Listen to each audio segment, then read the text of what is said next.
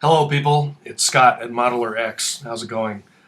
Thanks so much for all your support on the my most recent finale was the AC-47D Spooky Gunship, which I did for the TrekWorks Halloween special.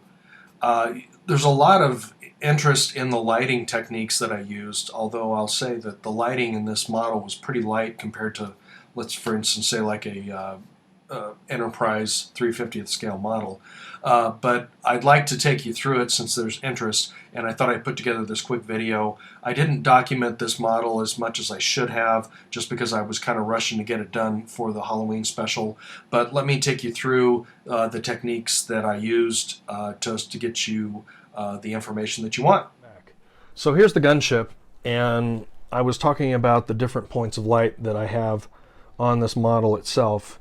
And essentially, I did the navigation lights, which are right there, and then also at the other wing. There's landing lights embedded in these little areas here, which just normally have a clear, this little clear dome over it, but I actually put a light back inside of there.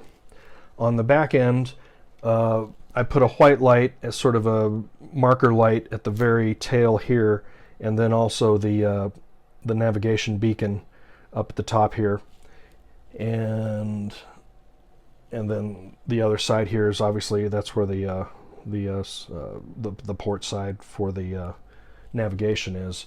And like I said, there's a couple of LEDs inside of the fuselage, probably about right in here and up in here, underneath. And when the lights are out, you can kind of see it, but it really didn't come out the way I thought it would, and so it's, I don't know, kind of a waste. One of the fun things was make the navigation beacon flash, and we'll get into that in a little bit here. But as it sits, you can see there's no wires anywhere. The connection is made right there. You can see both on that piece of landing gear and on that one. There's, what I actually did is ground down a screw to, and here's a still photo of it. You can see that there's the big screw, and then I cut it off at the length that it needed to be to fit inside of the actual wheel, and then just ground down the top, where you stick the screwdriver, just basically ground that down with a Dremel until it was just barely flaring out so that it would sort of sit below the wheel and still actually make contact. But when you look at it here, you can see it embedded in the wheel itself.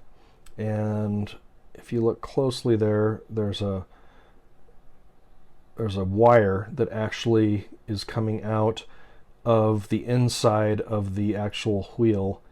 And it goes, you can see it sort of a little better there, and it basically heads up into the landing gear area.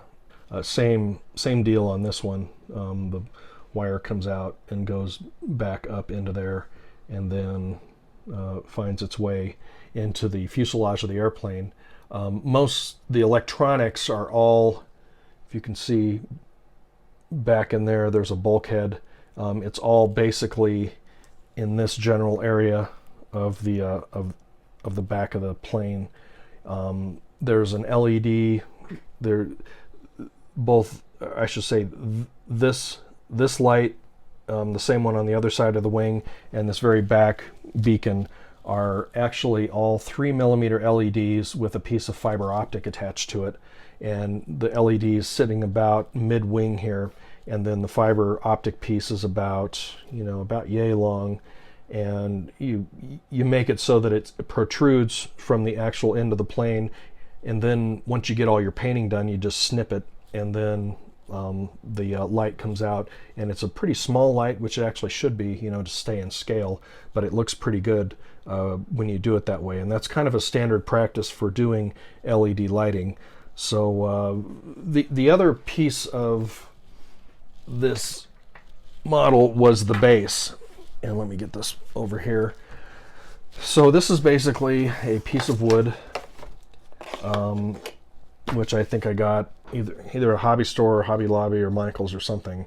And I attached 2 pieces of wood underneath it to act as a stand.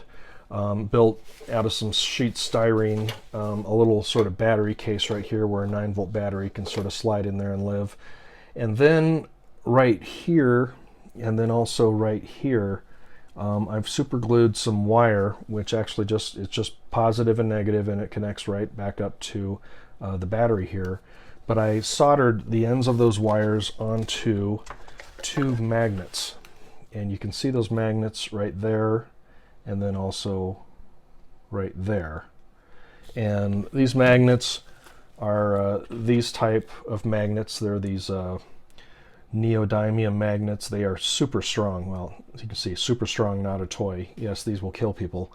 But the nice thing is I thought putting a magnet on these 2 spots would actually maybe grab the landing gear and sort of hold it in place without it being ferocious enough to hurt the model. But it kind of just, once you get it there, it kind of clicks into place.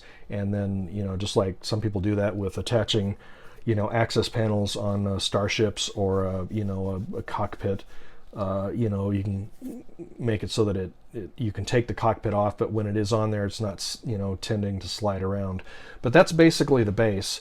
And let me pause right here. I'll put the airplane back up on this, and we can see it lighted up. Okay, so we got old Spooky back on the base here, and as you can see, there's the navigation beacon.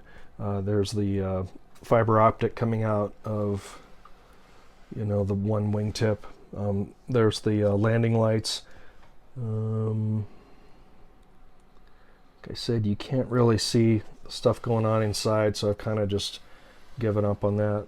There's the other landing light. I did those with a warm white LED. I believe it was an 0805 SMD.